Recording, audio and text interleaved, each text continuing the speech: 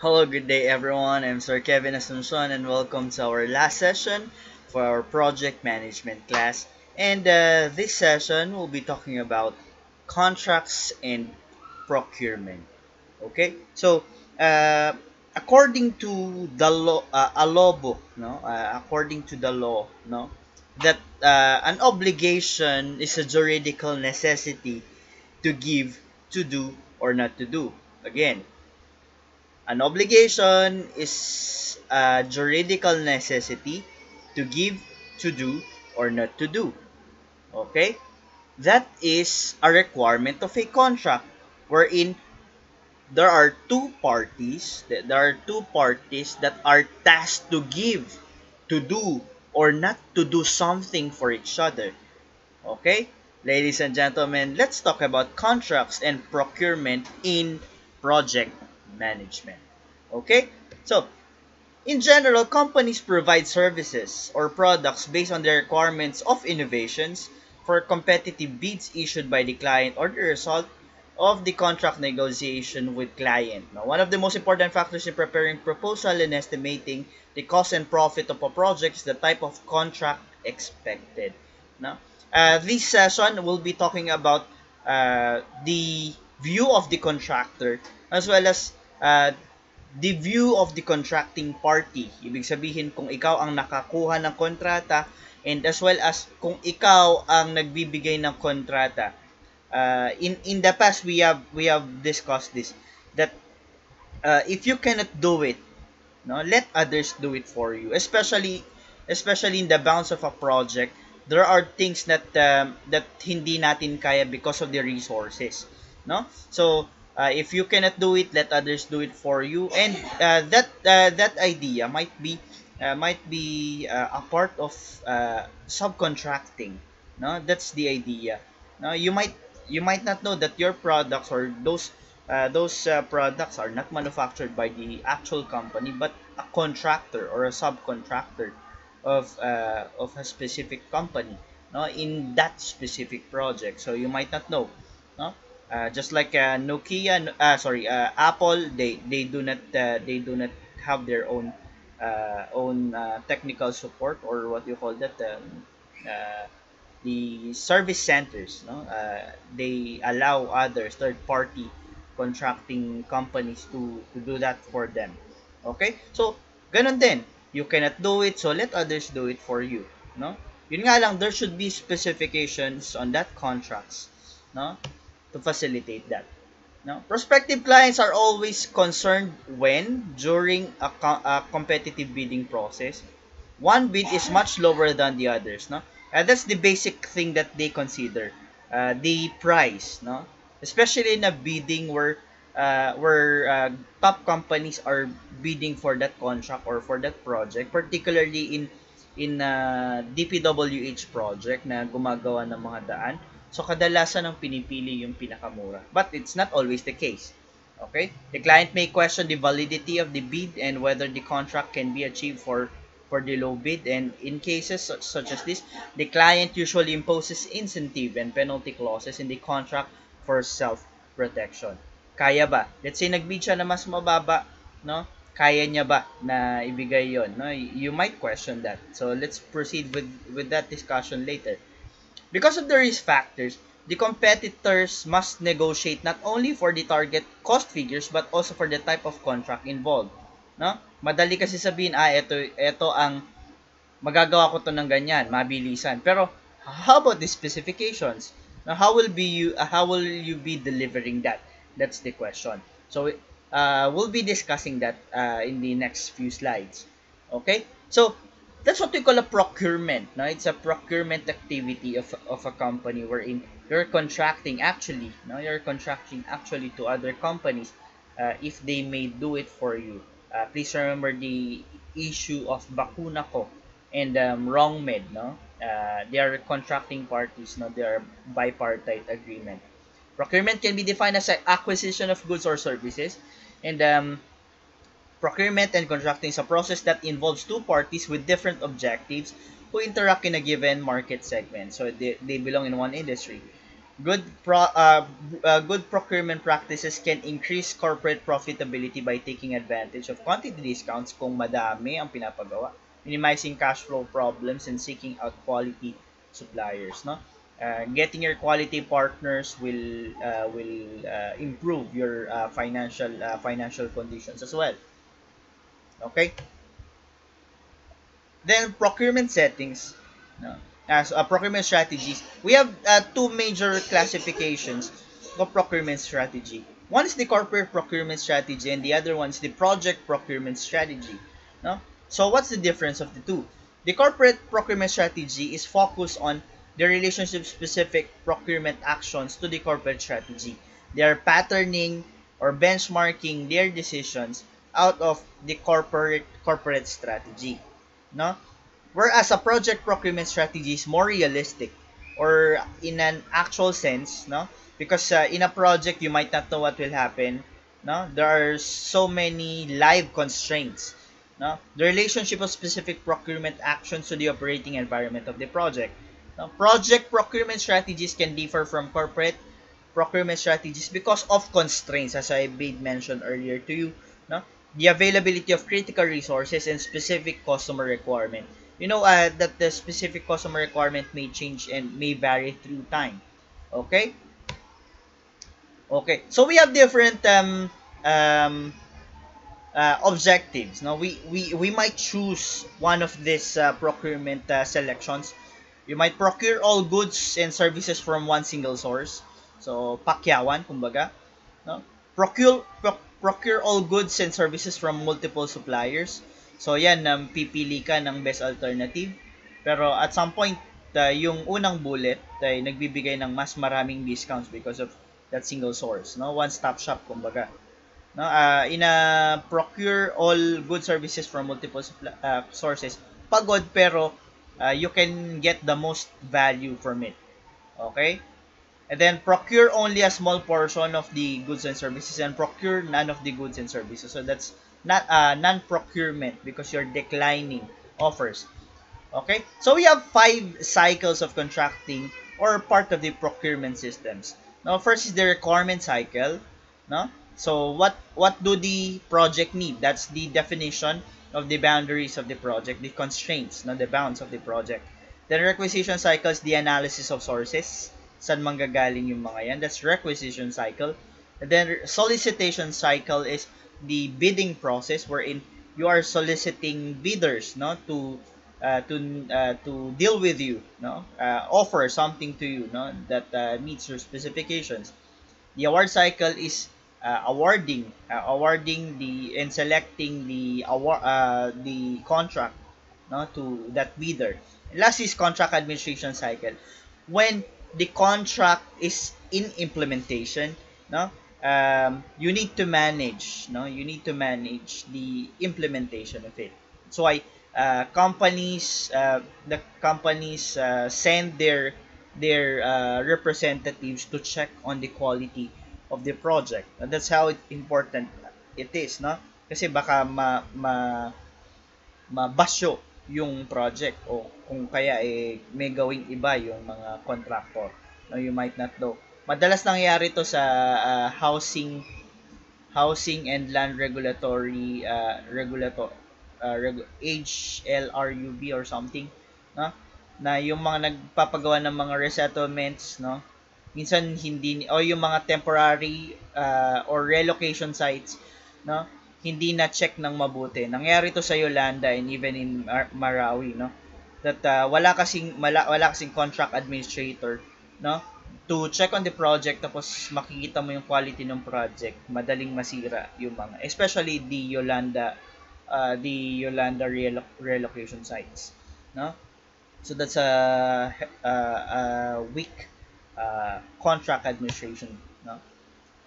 Okay, so let's start with the requirement cycle. The first step in the procurement process is definition of project. Yung length, yung scope, yung resources, yung technical specifications that the project needs. This is referred to as the requirement cycle, no? And includes the following. It defines the need for the project, the purpose of the project, development of statement of work, specifications and work breakdown structures, performing a make or buy analysis. No? Do you need that? That's the question. Do you need to make it, or will you buy it? You will allow others to make it for you. No? That's the requirement cycle. Laying out the major milestone and the timing schedule, cost estimating and including life cycle costing, and lastly is obtaining authorization and approval to proceed. Okay, it's the typographical error. No? So after determining the requirement cycle, we proceed to requisition cycle. It's the review or the analysis. Once the requirements are identified, a requisition form is sent to procurement to begin the requisition process. Requisition cycle includes evaluating and confirming specifications. Will you make or buy? If you will buy, what are the specification?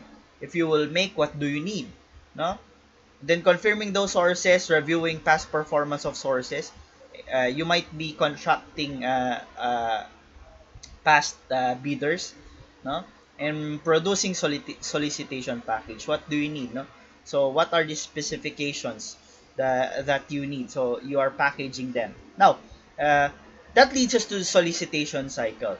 So here, companies that you contract with or offers their packages, offers their bid, no? Selection of the acquisition method is the critical element of the solicitation cycle. There are three common methods for acquisition. First is advertising, negotiation, and small purchases. No? So what is advertising ba? In a solicitation cycle, advertising is when a company goes out for sealed bids. No, there are no negotiation. What does that mean? Meron ka ng specification, no? Sa mga government agencies, makikita niyo sa websites nila is call for bid ang sabi niya. Merong sealed document doon na magpo-procure sila. And then they are calling for bidders for the project. So ibig sabihin, andun na yung bounds, andun na yung mga specifications, no? And then you allow other companies to bid it for you, to bid and present packages for you, no? And then in that sense, competitive market forces determine the price and the award goes to the lowest bidder at in so many instances, but not all the time, no? So kung napansin niyo, the Sinopharm ang isa medyo mahal ako according to the vaccine procurement nung nagdaan na issue, no? The vaccine procurement, yung Sinovac ay medyo mahal, tapos lower efficacy, pero bakit siya nanaig? It's not always the price that you in that sense. The National Task Force or the Interagency Task Force has considered the availability of the vaccine, no? Kasi hindi tayo makakakuha doon sa iba. So that might be their factor affecting that decision. So we might not judge them in accordance lang doon sa efficacy, no? Okay. Negotiation naman is when the price is determined through a bargaining process. So kadalasan dito may mga prospect ka ng mga bidders, and then you toggle with the price na lang, no? Ganun na lang. Mga sa school natin, we have what we call accredited suppliers, no? Or accredited bidders, no? Kasi sila na yung naka-contract mo dati, and then there are checklists, kaya niya ba to and the likes, no? So makipag-negotiate na lang ako sa kanya kung pwede po babaan yung presyo or meron pang ibang mga specifications na ibibigay, no? So that's the solicitation cycle, no? What are the bottom line factors for a negotiation or of a negotiation, no? You might be thinking that your company that you're contracting with has the compromisability. Ibig sabihin, nakakapag-adjust siya, nakakapag-adapt din siya, that's the adaptability. And it's working in a good faith, no? Has a good reputation as well, no? So ibig sabihin, trabaho lang din ang ginagawa niya, and in short, mabait at always on the good side lagi siya. Okay? After knowing those requirements, requisition, and the solicitation cycle, we now award the contract. So the award cycle results into signed contract. Unfortunately, there are several types of contract, and the negotiation process also includes the selection of the type of contract, no? What do we need to consider when we put something into contract, especially in a project? First, there's a mutual agreement. No? There must be an offer and an acceptance, as well as the obligations of both parties. Next is the consideration. No, a good contract, no, a good contract in a project management must include some considerations, such as, but not limited to this, there must be a down payment, no? Kung ikaw si contracting party, no, kung ikaw si subcontractor or si contractor ay uh, you might be thinking na dapat magbayad na muna sila. No, syempre, para ma-assure mo yung project. No, kung ikaw naman si kung ikaw naman si contracting company, ikaw yung nagpapagawa, no? Mas maganda po lang down payment or mas mababa yung down payment, no? Kasi you want to reassure as well. So you need to meet there. So there should be mutual agreement and a consideration. And then the contract capability, the contract is binding only if the contractor has the capability to perform the work, no? So kung ikaw si contracting company, you need to verify whether the your contractor has the capability to perform, no? Ganyan yung sine-check sa mga government bids, no? And has the legal purpose. The contract must be for a legal purpose. No? You need to check on it, baka may illegal na purpose ang project, no? So baka malagay ka sa alangan. I have my cousin who is an engineer, and they try to check on these legal purposes, kung let's say yung lupa na tatayuan ba ng mga projects nila ay nakayon sa batas, because it will imply rework and some other cost, no?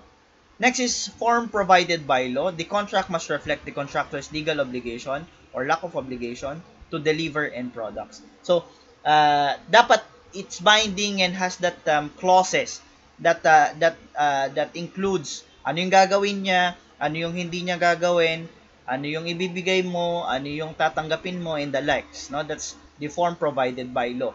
Because by the elements of a contract, no, we need to consider these common forms. First is the completion contract, no? The completion, ibig sabihin andun yung target date kung saan definitive time to deliver the product, or matapos yung product or service. Upon delivery and formal acceptance by the customer, and the contract is considered complete, and final payment can be made, no? So kanya ngayon iba minamadali, no? Kapag malapit na dun sa term, no, dun sa completion contract. Ang completion contract, ang focus niya is kailan matatapos. The term contract naman is may pinag-usapan kayong mga specification, not much focus on the time. But if you are a project manager, no, you might consider both of them, no? The completion contract form and the term contract form, because you are considering the time and you are considering the specification, the quality of the project na kinokontrata mo. Okay? The contract administration cycle, no, is the contract administrator. Meron tayong contract administrator, as what I am saying earlier about Yolanda, no, hindi na check. So the contract administrator responsible for the compliance by the contractor to the contract's term and conditions. Siya nagche-check, no, and for making sure that the final product is fit for use. And the functions of the contract administrator include change management, specification interpretation, adherence to quality, warranty, subcontractor management, production surveillance, waivers, contract breach, resolution of disputes, project termination, project schedules, and project closeout. So, it includes all of those activities involved after the contract has been signed, and as soon as the project is starting its implementation. Okay? So, what do the contract administrator need to prioritize? The specification, 'di ba? If we'll be checking the Yolanda housing, no, na-meet by specification, Other instructions, kung meron mang instructions dyan, no, lagyan nyo ng ganyan and the likes, na nasa kontrata, no? Again, the term, no, dito, the term contract, no, the other instructions. Other documents such as exhibits, attachment, appendices, statement of work, contract, data requirement list, and other are third priorities. And the contract clauses, ano yung kailangan niya ibigay, ano yung kailangan niyang tapusin, ano yung kailangan niyang ano yung tatanggapin niya. That's the clauses. So, be sure that if you are a contract administrator, these things are fulfilled. And lastly is the schedule. No? So, letter A and letter E, those are the completion contract and the term contract. No? So, all of these are the priority, yun nga lang may mga unahin ka. No? Okay? So, lastly, we need to talk about the how do the the contract administrator face, or what the contract administrator face, no, the type of change that they face, no. First, there are administrative changes, no, and a unilateral contractual change. Ibig sabihin, one, the contractor or the contracting party, no, ay merong pinalitan dun sa specifications, or in napasok dun sa rights niya, no, rights nung ano as included in the clauses, no. Change order, no, a written order signed by the contracting officer directing the contract to make a change. So yun, no. Then contract modification, any written change in the terms of the contract, no, kung meron mang babaguhin dun sa contract mismo.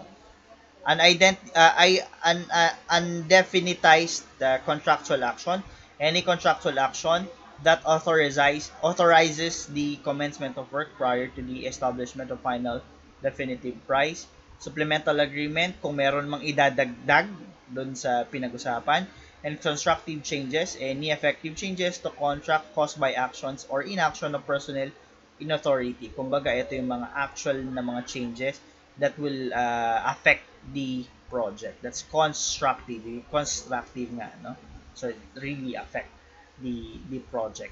Okay? So, the bottom line of this lesson is, you as a project manager needs to check on your requirements. Again, the scope, the scope and limitation, the time, and the cost and the resources of the project that you manage, no, checking on the quality, reliability, and the reputation of your contracting party, no. And then what are those elements of contract, yung obligasyon, the specification, no, of the contracting company. Okay? So, both sides, if you are the contractor, ikaw ang nagkokontrata, ano yung mga isipin mo? Kung ikaw nagpapakontrata, you award something, no? You need to check on these cycles. Okay? And that's it for this semester, ladies and gentlemen. Thank you very much for always tuning in with our discussion. See you next semester. God bless us.